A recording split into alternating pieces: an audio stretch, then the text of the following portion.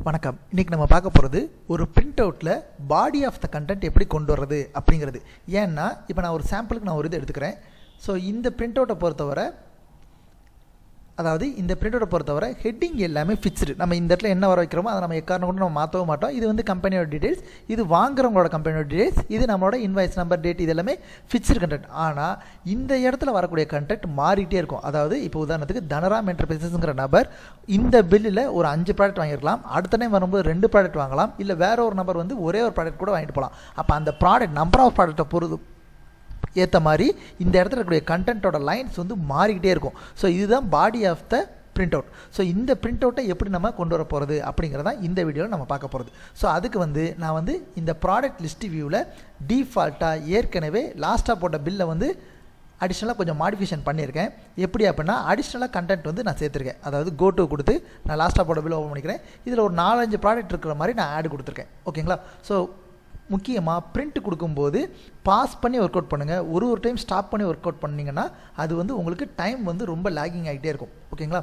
கான்சன்ட்ரேஷனையும் miss பண்ணிகிட்டே இருக்கும். So அதனால் பாஸ் பண்ணி ஒர்க் பண்ணிக்கோங்க. ஒருவேளை இந்த விண்டோ டூல் பார் இல்லை அப்படின்னா ரன்னில் கூட இங்கேருந்து பாஸ் பண்ணிக்கலாம். அல்லது இந்த விண்டோ டூல் பார் எப்படி எடுக்கணும் அப்படின்னா வியூவில் டூல் பார்ஸில் போய் ஸ்டாண்டர்டுங்கிறத டிக் பண்ணிங்கன்னா இந்த டூல் பார் வந்து வந்துடும்.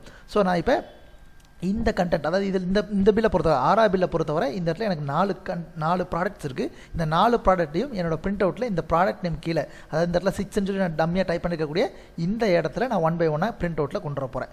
ஓகே. ஸோ அதுக்கு நான் என்ன பண்ண போகிறேன் அப்படின்னா printer.end_of_doc முன்னாடி ஒரு ஃபார் லூப் கிரியேட் பண்ணுறேன். ஏற்கனவே நான் பாஸ் பண்ணிட்டேன். பாஸ் பண்ணால் தான் இங்கே உங்களால் டைப் பண்ண முடியும்.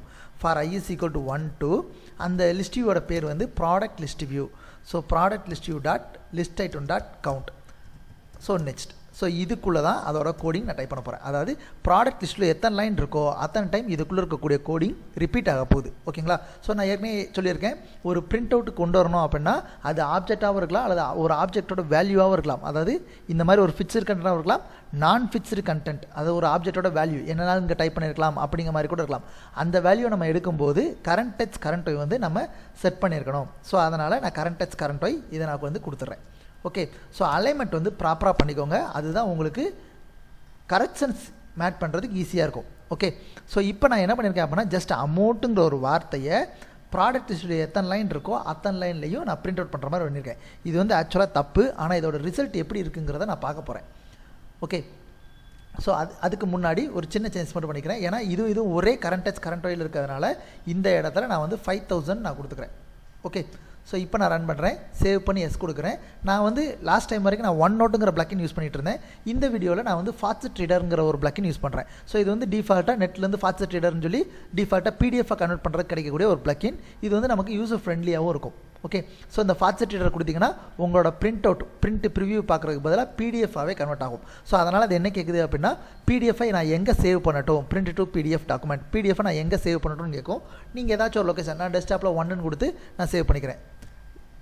சேவ் பண்ணிங்கன்னா இந்த ஃபாஸ்ட் ரீடரோட ஸ்பெஷல் என்னென்னா அதுவே சேவ் பண்ணிவிட்டு ஓப்பனும் பண்ணி காமிச்சிடும். ஓகே. ஸோ எனக்கு அமௌண்ட்டுங்கிற வார்த்தை இந்த இடத்துல பிரிண்ட் அவுட் ஆகிட்டுருக்கு. ஓகேங்களா? ஸோ இப்போ நான் என்ன பண்ணுறேன் அப்படின்னா இதோட இந்த இடத்துல நான் வந்து இந்த அமௌண்ட்டுங்கிறதுக்கு பதிலாக நல்லா பார்த்துக்கோங்க, நான் டபுள் கொட்டேஷனோட சேர்த்து ரிமூவ் பண்ணிடுறேன். ஏன்னா நான் இப்போ கொண்டு வர போகிறது ஒரு ஆப்ஜெக்டோட வேல்யூவை. So product list view dot list item of I dot text. அப்போ என்ன பண்ணும், ஐயோட, அதாவது இது வந்து மொத்தம் அங்கே 4 லைன் இருக்குன்னா 4 டைம் ரன் ஆகும். 4 டைமும் ஃபஸ்ட்டு காலமில் இருக்கக்கூடிய வேல்யூவை பிரிண்ட் அவுட் கெட்டு வருது. ஸோ அதே டயத்தில் இதோட ஹெச் பொசிஷன் நான் 900 மாற்றிக்கிறேன். ஏன்னா எனக்கு வந்து ப்ராடக்ட் நேம்ங்கிற இந்த இடத்துல பிரிண்ட் அவுட்டில் வரணும் அப்படிங்கிற ஒரு காரணத்தினால. ஸோ மறுபடியும் நான் வந்து கோ டு கொடுத்து ஓப்பன் பண்ணிக்கிறேன், சேவ் பண்ணி ஒரு டெஸ்டிங் பண்ணி பார்க்குறேன். 12. ஓகே. எனக்கு பாதாம் மில்க், ஆனால் நல்லா பாருங்கள் ஏஎல்ஏன்னு சொல்லி என்னமோ பின்னாடி ஹெச்எஸ்ஸாக வந்திருக்கு. ஸோ நான் இதோட பாதாம் மில்க் மசாலா கோகோனட் அதாவது எல்லாமே ஒரே இடத்துல பிரிண்ட் அவுட் ஆகிட்டுருக்கு. அதனால தான் நமக்கு வந்து பாதாம் மில்க் ஆலா அப்படிங்கிற இங்கே சம்மந்தமே இல்லாத இந்த பாதாம் மில்க் ஏஎல்ஏங்கிற இந்த வார்த்தை 2 சேர்த்து இந்த இடத்துல பிரிண்ட் வந்துருக்கு. அப்போ நான் என்ன பண்ணணும் அப்படின்னா ஒரு லைன் பிரிண்ட் ஆனோடனே அதோட ஒய் பொசிஷன் மாற்றணும், ஹெச் பொசிஷன் மாறாது. ஏன்னா இதுக்கு கீழேங்கும் போது ஹெச் பொசிஷன் மாறாது, ஒய் பொசிஷன் மட்டும் மாறிட்டே வரணும். அப்போ நான் என்ன பண்ணுறேன் அப்படின்னா இந்த ஃபார் லூப் ஆரம்பிக்கிறதுக்கு முன்னாடி கரண்ட் ஒய், இந்த கரண்ட் ஒய்ங்கிறது நம்மளை பொறுத்தவரை இந்த கரண்ட் ஒய் கிடையாது, இதோட ஒரு வேரியபிள். ஓகேங்களா.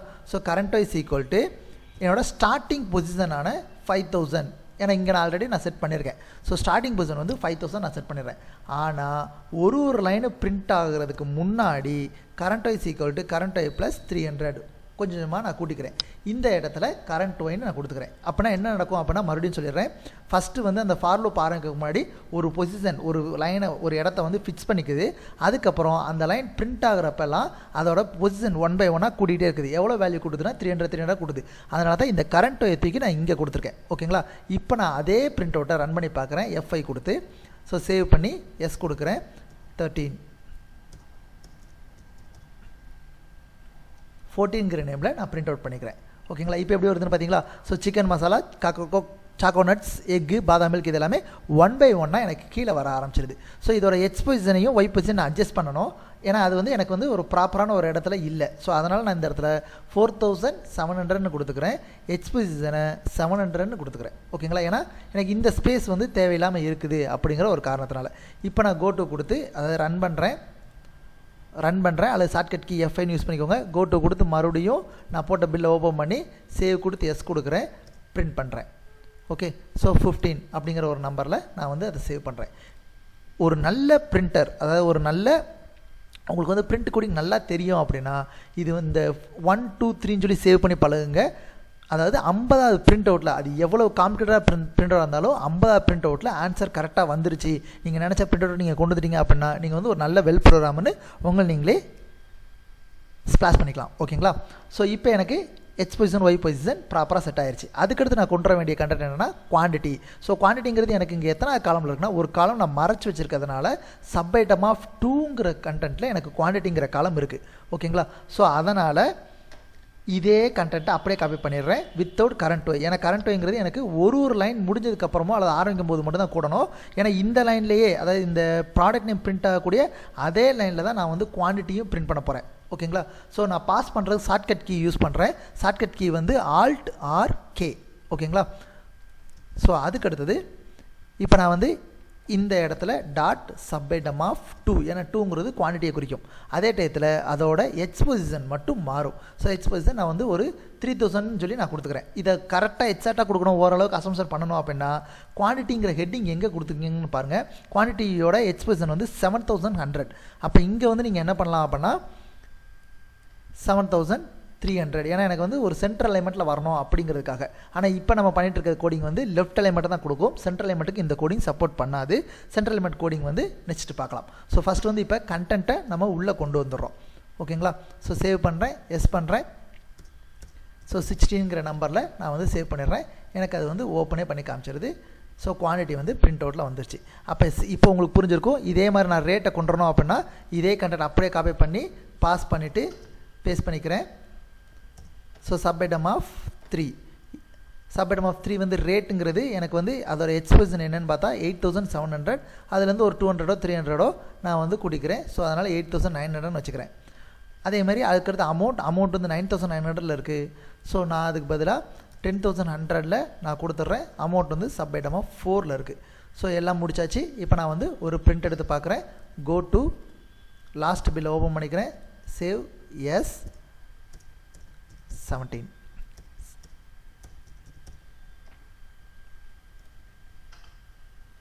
வந்துருச்சா. ஸோ என்னோடய பிரிண்ட் அவுட்டில் என்னோடய பாடி ஆஃப் த கண்டென்ட் வந்து என்னால் இப்போ கொண்டு வர முடியுது. ஓகேங்களா. ஸோ நெக்ஸ்ட் வீடியோவில் இதை வந்து நான் எப்படி ரைட் அலைன்மெண்ட் பண்ணுறது, இது எப்படி நான் சென்ட்ரல் அலைன்மெண்ட் பண்ணுறது. ஏன்னா குவான்டிட்டிங்கிறது இந்த காலத்துக்கு சென்ட்ரல் அலைன்மெண்ட்டில் வேணும், ரேட்டுங்கிறது இந்த காலத்துக்கு எனக்கு ரைட் அலைன்மெண்ட்டில் வேணும். ஸோ இந்த நம்ம இது வரைக்கும் எல்லாமே நம்ம லெஃப்ட் அலைன்மெண்ட்டில் தான் நம்ம பண்ணி பழகிருக்கோம். ஸோ அடுத்த வீடியோவில் ரைட் அலைன்மெண்ட் சென்ட்ரல் அலைன்மெண்ட் எப்படி ஒரு பிரிண்ட் அவுட்டில் கொண்டு வரது அப்படிங்கிறத பற்றி பார்க்கலாம். தேங்க்யூ.